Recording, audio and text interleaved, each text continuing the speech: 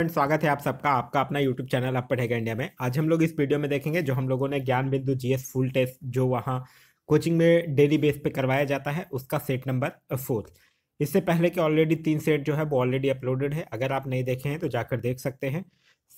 याद रखिएगा यह जो वीडियो है वो एक रिवीजन फॉर्मेट में आप लोगों को दिया जा रहा है। साथ ही साथ एक बिहार दरोगा के लिए एक फुल लेंथ प्रैक्टिस सेट जो है वो पूरे एक्सप्लेनेशन के साथ भी डेली बेस पे अपलोड किया जाता है। अल्टरनेट में एक दिन ये आता है एक दिन वो आता है, तो वो जाकर आप देखिए। यह भी जो वीडियो है वो रिवीजन बेस्ड वीडियो है, इसमें एक्सप्लेनेशन कम किया जाएगा। यह रिवाइज के लिए वीडियो है। इसका अगर आप लोगों को पीडीएफ चाहिए तो पीडीएफ के लिए वीडियो के दिए गए डिस्क्रिप्शन लिंक से जाकर टेलीग्राम ग्रुप ज्वाइन कर सकते हैं। वहाँ इसका पीडीएफ जो है वो प्रोवाइड करवा दिया गया है। तो चलिए अब बढ़ते हैं अपने क्वेश्चंस की तरफ। आज का जो हमारा पहला क्वेश्चन है वो यह कह रहा है कि गन्ने में लाल सड़न रोग यानी रेड रॉट डिजीज जो है वो उत्पन्न होता है। तो गन्ने में लाल सड़न रोग जो होता है वो कवकों के द्वारा होता है। तो इस क्वेश्चन का जो सही आंसर होगा वो होगा ऑप्शन नंबर सी यानी कि कवकों के द्वारा। आगे है कि माइकोराइजा सहजीवी संबंध होते हैं। तो माइकोराइजा सहजीवी संबंध होता है कवकों तथा उच्च पौधों के जड़ों के बीच। तो इस क्वेश्चन का जो सही आंसर होगा वो होगा ऑप्शन नंबर बी कवकों तथा उच्च पौधों के जड़ों के बीच। आगे है कि अर्गॉट प्राप्त होता है। तो यह किससे प्राप्त होता है? ये कैलेबिसेप्स से प्राप्त होता है। तो इस क्वेश्चन का जो सही आंसर होगा वो होगा option number B. Next question है क्वेश्चन नंबर 4 कि अग्नाशयी रस में जो एंजाइम नहीं पाया जाता है वो कौन है? तो ट्रिप्सिन पाया जाता है, लाइपेज पाया जाता है, न्यूक्लियोटाइडेज नहीं पाया जाता है। तो इस क्वेश्चन का जो सही आंसर होगा वो होगा option number D. Next question है क्वेश्चन नंबर 5 कि अल्फा कण ब्लैंक के द्विआवेशित यानी डबली चार्ज आयन होते हैं। तो अल्फा कण हीलियम के द्विआवेशित जो होते हैं वो आयन होते हैं। तो इस क्वेश्चन का जो सही आंसर होगा वो होगा ऑप्शन नंबर सी यानी कि हीलियम। आगे है कि निम्नलिखित में से कौन सा भौतिक परिवर्तन नहीं है? बाष्प के लिए पानी का उबलना, यह तो भौतिक परिवर्तन ही है। तरल पानी के लिए बर्फ का पिघलना, यह भी भौतिक परिवर्तन है। पानी में नमक का विघटन, यह भी भौतिक परिवर्तन है। तरलाक्रित पेट्रोलियम गैस यानी एलपीजी का दहन, एलपीजी का दहन को दोबारा हम लोग एलपीजी में नहीं बदल सकते हैं। तो यह क्या हो गया? यह एक रासायनिक परिवर्तन है। तो इस क्वेश्चन का जो सही आंसर होगा वो होगा option number D. Next question है क्वेश्चन नंबर 7 कि पानी में अल्कोहल की घुलनशीलता का कारण होता है। तो पानी में अल्कोहल की घुलनशीलता का कारण होता है हाइड्रोजन बॉन्डिंग। तो इस क्वेश्चन का सही आंसर होगा वो होगा ऑप्शन नंबर डी यानी कि हाइड्रोजन बॉन्डिंग। नेक्स्ट है कि निम्नलिखित में से किसमें सबसे अधिक गैर धात्विक लक्षण है?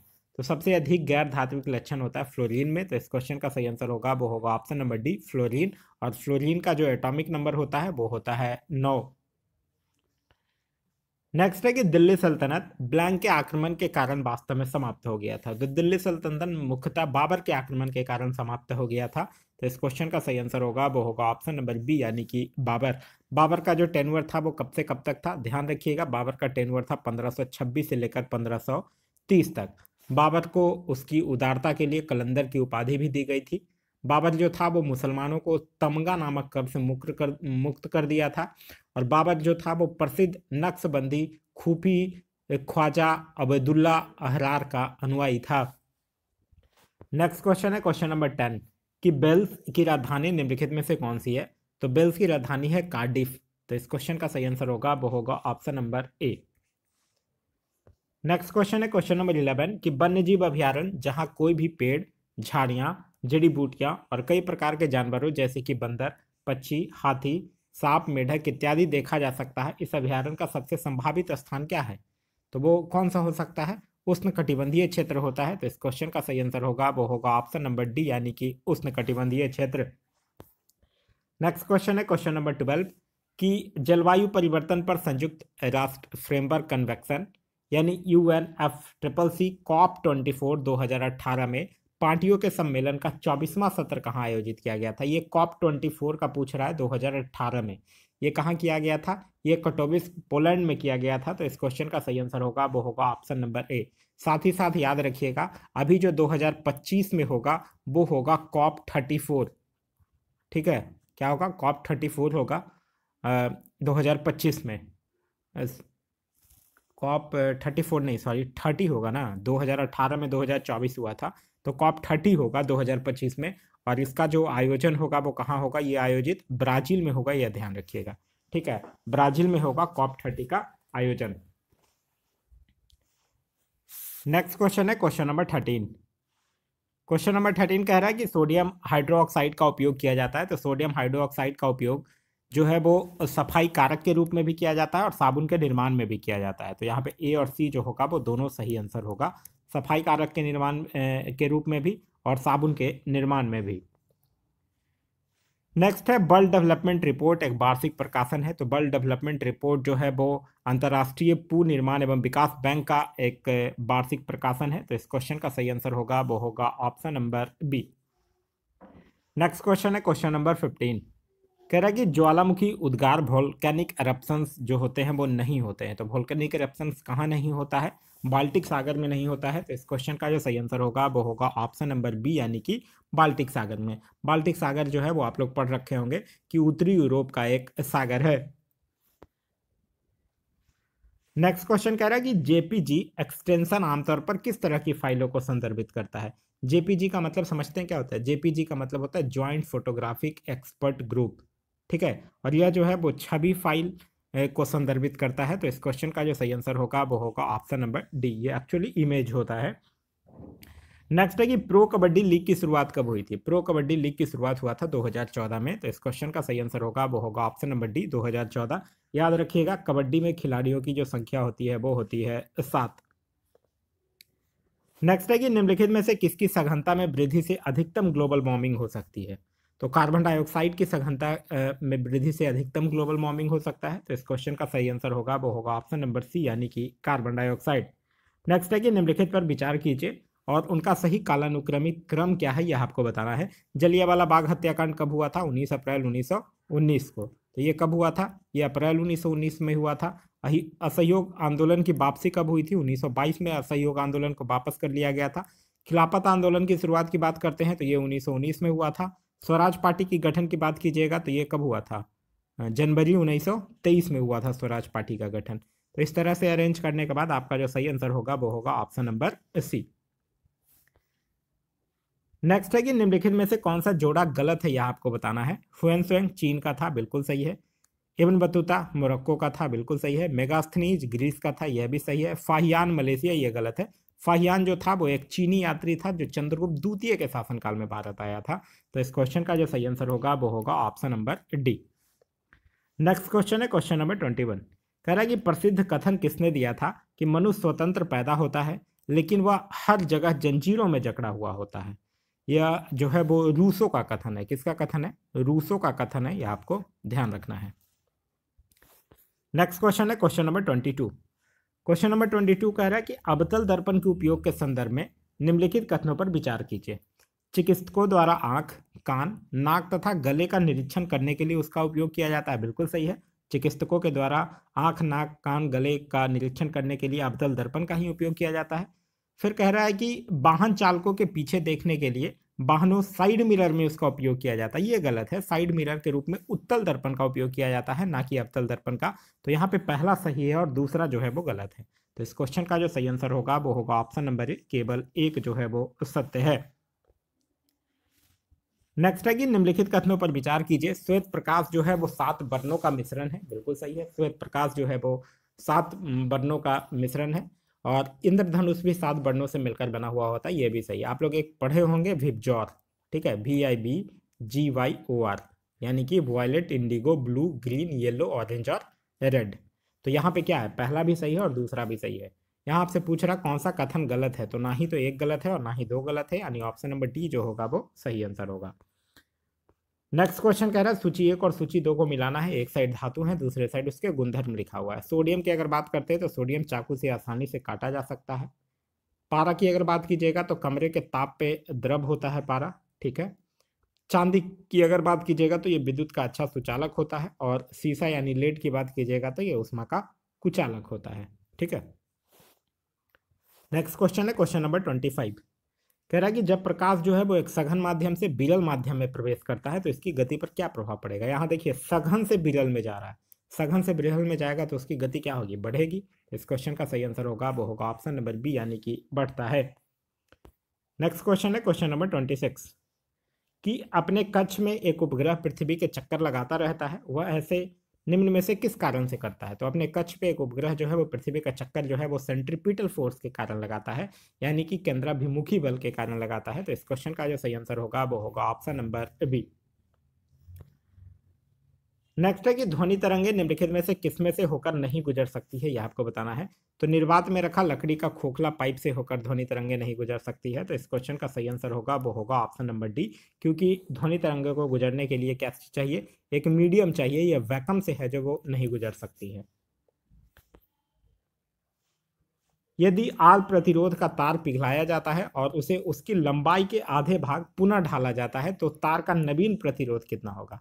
तो देखिए, आर प्रतिरोध के तार को पिघलाया जाता है और उसकी लंबाई जो है वो आधा पुनः भाग ढाल दिया जाता है, तो उसका प्रतिरोध कितना होगा? R/4 होगा। तो इस क्वेश्चन का सही आंसर होगा वो होगा ऑप्शन नंबर ए। आगे है कि सिहाबल एक पुराण स्थल है।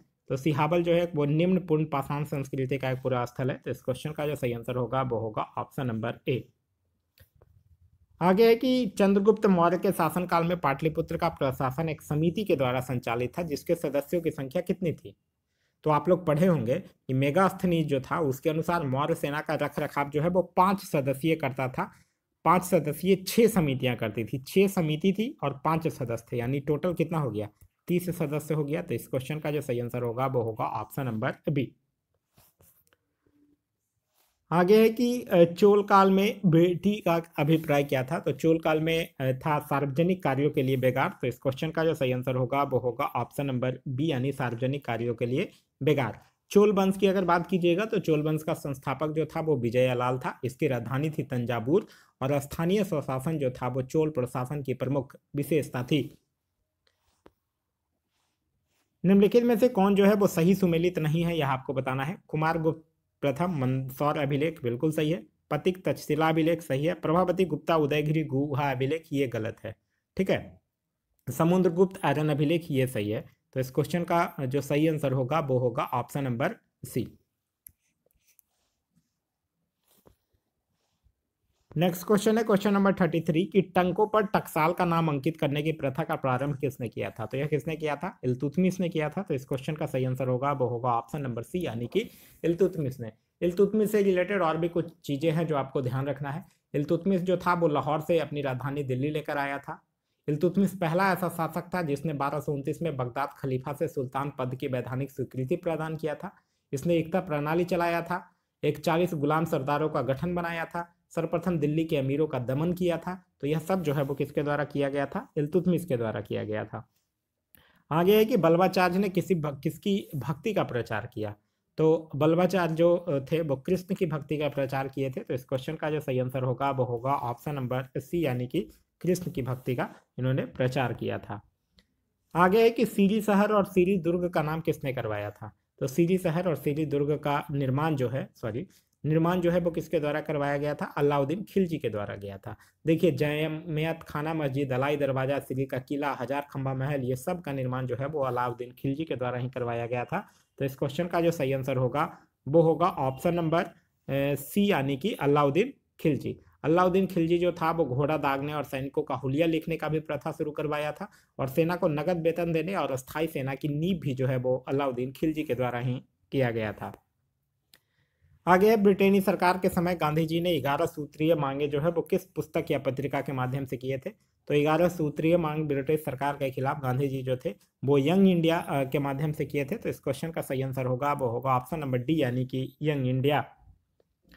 आगे है कि अपनी किस कार्यकारिणी कमेटी में कांग्रेस ने भू स्वामित्व को समाप्त करने की नीति अपनाई थी? तो कार्यकारिणी कमेटी 1937 में कांग्रेस जो था वो भू स्वामित्व को समाप्त करने की नीति अपनाया था। तो इस क्वेश्चन का जो सही आंसर होगा वो होगा ऑप्शन नंबर ए, कार्यकारिणी कमेटी 1937। आगे है क्वेश्चन नंबर 38 कि मैडम भिकाजी कामा से संबंधित निम्नलिखित कथनों पर विचार कीजिए। मैडम भिकाजी कामा ने 1907 में पेरिस में आयोजित अंतर्राष्ट्रीय सोशलिस्ट सम्मेलन में राष्ट्रीय ध्वज फहराया था। ये पेरिस नहीं बल्कि जर्मनी के स्टुटगार्ट शहर में हुआ था। तो यह तो गलत है। फिर कह रहा है कि मैडम कामा दादाजी भाई नौरोजी की निजी सचिव रही थी, बिल्कुल सही है। मैडम कामा के माता पिता पारसी थे, यह भी बिल्कुल सही है। तो यहाँ पहला गलत है, दूसरा और तीसरा सही है। तो इस क्वेश्चन का सही आंसर होगा वो होगा ऑप्शन नंबर बी, केवल 2 और 3 जो है वो सही है। कांग्रेस के वार्षिक अधिवेशन 1888 में इलाहाबाद में हो रहे अधिवेशन का विरोध किसने किया था? यह जो कांग्रेस का वार्षिक अधिवेशन 1888 था, आप लोगों को याद होगा कि जॉर्ज यूले की अध्यक्षता में हुआ था, और इसका विरोध जो है वह गवर्नर ऑकलैंड क्लोबिन के द्वारा भी किया गया था, वाराणसी के राजा शिव प्रसाद सितारे हिंद के द्वारा भी किया गया था, और सर सैयद अहमद खां के भी द्वारा किया गया था। तो इस क्वेश्चन का सही आंसर होगा वो होगा ऑप्शन नंबर डी, यानी कि उपयुक्त सभी ने। निम्नलिखित में से कौन सा एक सही सुमेलित है, यह आपको बताना है। महात्मा गांधी मूक इंडिया, ये गलत है। महात्मा गांधी यहाँ हो जाएगा यंग इंडिया। बाल गंगाधर तिलक, ये भी गलत है। बाल गंगाधर तिलक केसरी के साथ मैच कर सकता है। एनी बेसेंट कॉमन बिल, यह सही है। बी आर अम्बेडकर मूक नायक के साथ मैच कर सकता है। तो यहाँ पे एनी बेसेंट कॉमन बिल जो है वो सही सही लिखा हुआ है। तो इस क्वेश्चन का सही आंसर होगा वो होगा ऑप्शन नंबर सी। नेक्स्ट है कि धार्मिक नियोगिता अधिनियम कब लागू हुआ, जो 1857 के विद्रोह के कारण में से एक था। तो यह कब लागू हुआ था, 1850 में लागू हुआ था। तो इस क्वेश्चन का सही आंसर होगा वो होगा ऑप्शन नंबर ए, यानी कि 1850। रंजीत सिंह को राजा की उपाधि किसने प्रदान किया था, तो जम्मान शाह ने प्राप्त किया था। तो इस क्वेश्चन का जब प्रदान किया था, तो इस क्वेश्चन का सही आंसर होगा वो होगा ऑप्शन नंबर बी। नेक्स्ट है कि सिराजुद्दौला लॉर्ड क्लाइव द्वारा परास्त हुआ था। तो आप लोग पढ़े होंगे कब परास्त हुआ था, प्लासी के युद्ध में परास्त हुआ था। तो इस क्वेश्चन का सही आंसर होगा वो होगा ऑप्शन नंबर ए। प्लासी का युद्ध आप लोगों को याद ही होगा, 23 जून 1757 को अंग्रेजों के सेनापति रॉबर्ट क्लाइव और बंगाल के नवाब सिराजुद्दौला के बीच हुआ था। एक क्वेश्चन पूछा जाता है प्लासी किस नदी के किनारे स्थित है, तो प्लासी जो है वो भागीरथी नदी के किनारे है, यह भी आपको ध्यान रखना है। नेक्स्ट क्वेश्चन है क्वेश्चन नंबर 34 कि औंग नेपाल युद्ध किसके शासनकाल में हुआ था, वो है। तो औंग नेपाल युद्ध किसके शासनकाल में हुआ था, लॉर्ड हेस्टिंग्स के शासनकाल में हुआ था। तो इस क्वेश्चन का सही आंसर होगा वो होगा option number A. Lord Hastings का शासनकाल कब तक से कब तक था, 1813 से लेकर 1823 तक लॉर्ड हेस्टिंग्स का शासनकाल था। और फिर यही औंग नेपाल युद्ध जो है वो आप लोग पढ़े होंगे संगोली की संधि, और यही संगोली की संधि से फिर ये औंग नेपाल युद्ध जो है वो खत्म होता है।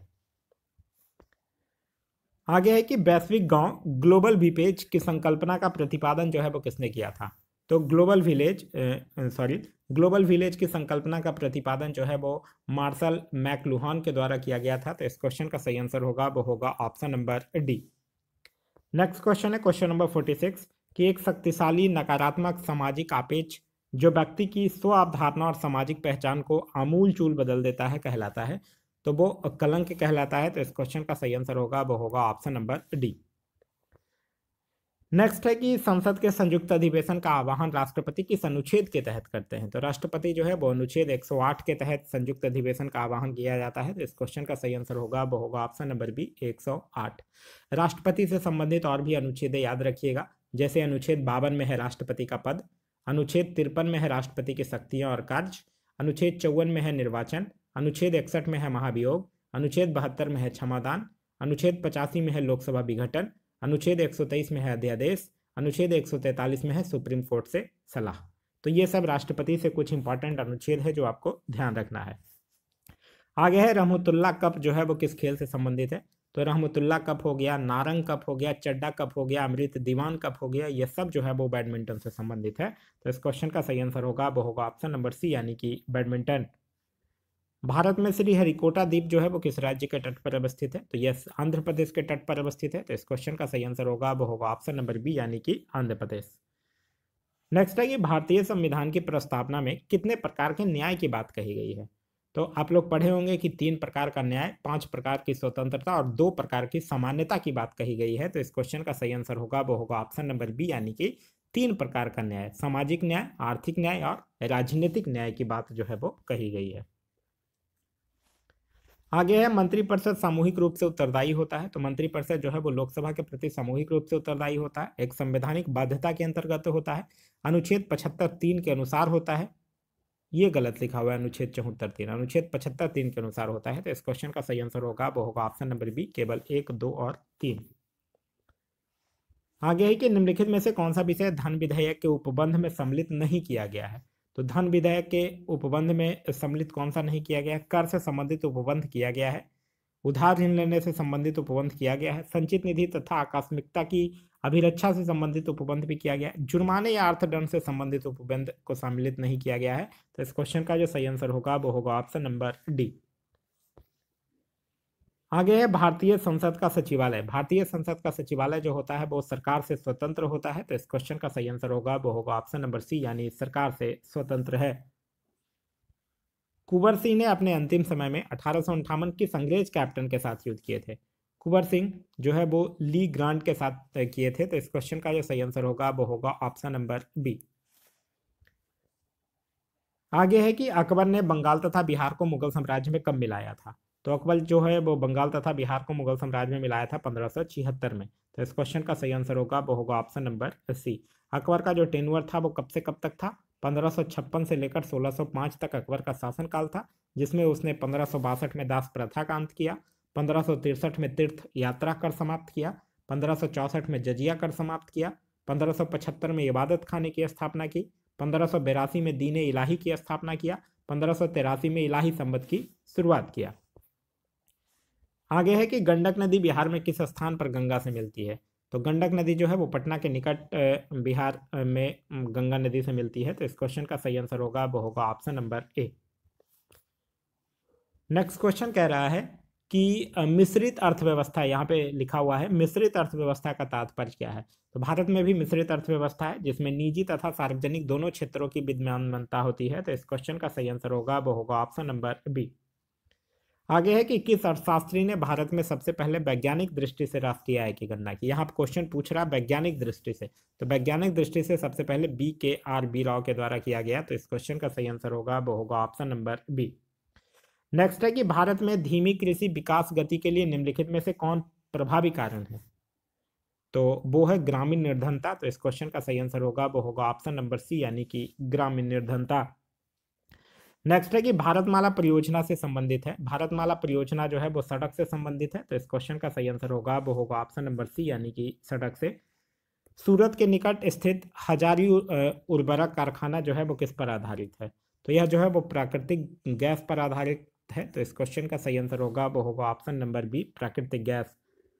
भारत में जेंडर बजटिंग कब शुरू किया गया था? तो भारत में जेंडर बजटिंग जो है वो 2005-6 में शुरू किया गया। तो इस क्वेश्चन का सही आंसर होगा वो होगा ऑप्शन नंबर सी, 2005-6। भारत में सतत विकास लक्ष्यों के कार्यान्वयन के लिए एक नोडल संस्था है। तो भारत में सतत विकास लक्ष्यों के कार्यान्वयन के लिए नीति आयोग एक नोडल संस्था है। तो इस क्वेश्चन का सही आंसर होगा वो होगा ऑप्शन नंबर डी, यानी कि नीति आयोग। भारत में नियोजित विकास का विरोध किसने किया था? तो भारत में नियोजित विकास का विरोध जो है वो महात्मा गांधी के द्वारा ही किया गया। तो इस क्वेश्चन का सही आंसर होगा वो होगा ऑप्शन नंबर सी, यानी कि महात्मा गांधी। भारत में मुद्रा एवं साख का नियंत्रण किया जाता है। तो यह जो है वो रिजर्व बैंक ऑफ इंडिया के द्वारा किया जाता है। तो इस क्वेश्चन का सही आंसर होगा वो होगा ऑप्शन नंबर सी, यानी कि रिजर्व बैंक ऑफ इंडिया। आगे है कि इस्पात संयंत्रों और उनके विदेशी सहयोग वाले देशों का निम्नलिखित में से कौन सा मिलान सही है, यह आपको बताना है। भिलाई लौह एवं इस्पात संयंत्र रसिया के सहयोग से बिल्कुल सही है। Rourkela iron steel plant Germany के सहयोग से बिल्कुल सही है। दुर्गापुर आयरन एवं स्टील प्लांट यूनाइटेड किंगडम के सहयोग से यह भी सही है। बोकारो आयरन एवं स्टील प्लांट रसिया के सहयोग से यह भी सही है। उस समय रसिया USSR हुआ करता था, लेकिन यह चारों के चारों जो है वो बिल्कुल सही है। तो इस क्वेश्चन का सही आंसर होगा वो होगा ऑप्शन नंबर डी। आगे है कि बादलों की ऊंचाई, दिशा और गति मापने के लिए किस उपकरण का उपयोग किया जाता है? तो इसके लिए किस उपकरण का उपयोग किया जाता है? यह किया जाता है नेफोस्कोप का। तो इस क्वेश्चन का जो सही आंसर होगा वो होगा ऑप्शन नंबर बी। आगे है कि काली मिट्टी को मिट्टी के रूप में भी जाना जाता है। तो काली मिट्टी को किस मिट्टी के रूप में जाना जाता है? रेगुर मिट्टी के रूप में जाना जाता है, जो या फिर कपासी मिट्टी के रूप में जाना जाता है। तो इस क्वेश्चन का सही आंसर होगा वो होगा ऑप्शन नंबर सी, रेगुर। याद रखिएगा काली मिट्टी में आयरन, चूना, एल्युमिनियम और मैग्नीशियम की बहुलता होती है। आगे है कि कटीली झाड़ियाँ क्षेत्रों में पाई जाती है। तो कटीली झाड़ियाँ जो है वो शुष्क रेगिस्तानी क्षेत्रों में पाई जाती है। तो इस क्वेश्चन का सही आंसर होगा वो होगा ऑप्शन नंबर सी। नेक्स्ट है कि जीवाणु प्रकाश संश्लेषण में कौन सा पदार्थ हाइड्रोजन व इलेक्ट्रॉन प्रदान करता है? तो जीवाणु जो है वो प्रकाश संश्लेषण में H2S हाइड्रोजन व इलेक्ट्रॉन प्रदान करता है। तो इस क्वेश्चन का जो सही आंसर होगा वो होगा option number D. Next question है क्वेश्चन नंबर 71। क्वेश्चन नंबर 71 है कि पारिस्थितिकी पिरामिड का विचार सबसे पहले रखने वाले वैज्ञानिक कौन थे? तो पारिस्थितिकी पिरामिड का विचार सबसे पहले रखने वाले वैज्ञानिक कौन थे? Charles Elton. तो इस क्वेश्चन का सही आंसर होगा वो होगा ऑप्शन नंबर ए। नेक्स्ट है कि जीव द्रव के पृथक्करण एवं संयोजन से संबंधित वनस्पति विज्ञान की शाखा क्या कहलाती है? तो उसको टिश्यू कल्चर कहा जाता है। तो इस क्वेश्चन का सही आंसर होगा वो होगा ऑप्शन नंबर सी, यानी कि टिश्यू कल्चर जो है वो उसको कहा जाता है। आगे है कि त्रिपुर विश्व के अनेक क्षेत्रों को निम्नलिखित वस्तुओं में से किसके निर्यात के लिए प्रसिद्ध है? तो त्रिपुर जो है वो बुने हुए वस्त्र के निर्यात के लिए प्रसिद्ध है। तो इस क्वेश्चन का सही आंसर होगा वो होगा ऑप्शन नंबर सी। नेक्स्ट है कि PNR 381 381 एक उन्नत किस्म है। तो यह जो है वो धान की एक उन्नत किस्म है। तो इस क्वेश्चन का सही आंसर होगा वो होगा ऑप्शन नंबर ए यानी कि धान। फिर है कि बेंजीन है। तो बेंजीन क्या है? गैसीय प्रदूषक है बेंजीन। तो इस क्वेश्चन का सही आंसर होगा वो होगा ऑप्शन नंबर ए। नेक्स्ट है कि ब्यूनिक युद्ध जो है वो किसके मध्य लड़ा गया? तो यह रोम और कार्थोज के बीच लड़ा गया। तो इस क्वेश्चन का सही आंसर होगा वो होगा ऑप्शन नंबर डी। नेक्स्ट है कि 1791 में महिला एवं महिला नागरिक अधिकार घोषणा पत्र किस महिला ने तैयार किया? तो यह जो है वो ओलंप दे गार्जेस के द्वारा तैयार किया गया है। तो इस क्वेश्चन का सही आंसर होगा वो होगा ऑप्शन नंबर सी। नेक्स्ट है कि प्रथम मुख्य सूचना आयुक्त। तो प्रथम मुख्य सूचना आयुक्त कौन थे? वजाहत हबीबुल्ला। तो इस क्वेश्चन का सही आंसर होगा वो होगा ऑप्शन नंबर डी। नेक्स्ट है कि निम्न में से कौन सा कथन असत्य है, यह आपको बताना है। गगनयान के अंतर्गत भेजे जाने वाले मानवयुक्त अंतरिक्ष मिशन का नाम H1 मिशन है, बिल्कुल सही है। यूरोपीय संघ की गैलीलियो परियोजना संचार से संबंधित है, यह भी सही है। भारत का प्रथम मौसम सैटेलाइट कार्टसेट 1 है, यह गलत है। भारत का प्रथम मौसम सैटेलाइट की अगर बात करेगा तो वो कल्पना 1 है। तो यहाँ कौन सा असत्य पूछ रहा है? तो यही है। तो इस क्वेश्चन का सही आंसर होगा वो होगा ऑप्शन नंबर सी। नेक्स्ट है कि निम्नलिखित में से किस समिति ने यह सिफारिश की थी कि चुनाव आयोग 3 सदस्यीय निकाय होना चाहिए? तो यह किस समिति के द्वारा किया गया था? यह जो है वो तारकुंडे समिति के द्वारा किया गया था। तो इस क्वेश्चन का सही आंसर होगा वो होगा ऑप्शन नंबर ए यानी कि तारकुंडे समिति। भारत में मंत्रिपरिषद निम्नलिखित में से कौन सा प्रस्ताव पेश कर सकती है? तो मंत्रिपरिषद जो है वो विश्वास प्रस्ताव पेश करेगा। तो इस क्वेश्चन का सही आंसर होगा वो होगा ऑप्शन नंबर डी यानी कि विश्वास प्रस्ताव। फिर है कि संसद के 2 सत्रों के बीच अधिकतम अंतराल होता है। तो संसद के 2 सत्रों के बीच अधिकतम अंतराल जो होता है वो कितने दिनों का होता है? 6 महीने का होता है। तो इस क्वेश्चन का सही आंसर होगा वो होगा ऑप्शन नंबर डी यानी कि 6 महीने का। फिर है कि किस स्थान को भारत का ग्रीनविच कहा जाता है? तो भारत का ग्रीनविच जो है वो उज्जैन को कहा जाता है। तो इस क्वेश्चन का सही आंसर होगा वो होगा ऑप्शन नंबर बी। नेक्स्ट है कि ग्रेट सैंडी रेगिस्तान किस देश में स्थित है? तो ग्रेट सैंडी रेगिस्तान जो है वो ऑस्ट्रेलिया में स्थित है। तो इस क्वेश्चन का सही आंसर होगा वो होगा ऑप्शन नंबर बी यानी कि ऑस्ट्रेलिया। नेक्स्ट है कि डैम्पियर होसोज रेखा निम्नलिखित में से किससे संबंधित है? तो यह जो है वो सुंदरबन से संबंधित है। तो इस क्वेश्चन का सही आंसर है ऑप्शन नंबर सी यानी कि सुंदरबन। आगे है कि निम्नलिखित में से कौन सा शब्द जो है वो द्वीप समूह का सबसे अच्छा वर्णन करता है? द्वीप समूह का मतलब क्या होता है? द्वीपों का समूह या फिर द्वीपों की श्रृंखला। तो इस क्वेश्चन का जो सही आंसर होगा वो होगा ऑप्शन नंबर बी यानी द्वीपों का समूह या फिर द्वीपों की श्रृंखला। आगे है कि नगर निगम का सदस्य बनने के लिए न्यूनतम आयु सीमा क्या है? तो नगर निगम के सदस्य बनने के लिए आपकी न्यूनतम आयु जो है वो होनी चाहिए 21 वर्ष। 11वीं अनुसूची में कौन सा विषय शामिल है, यह आपको बताना है। 11वीं अनुसूची में आप लोग पढ़े होंगे कि टोटल 29 विषय है, जिसमें कि गैर परंपरागत, जिसको कि अपरंपरागत ऊर्जा स्रोत कहा जाता है, वो भी है, पुस्तकालय भी है, ईंधन और चारा भी है। तो इस क्वेश्चन का सही आंसर होगा वो होगा ऑप्शन नंबर डी, उपरोक्त में से एक से सभी अधिक। याद रखिएगा 11वीं सूची में टोटल विषयों की संख्या जो है वो 29 है।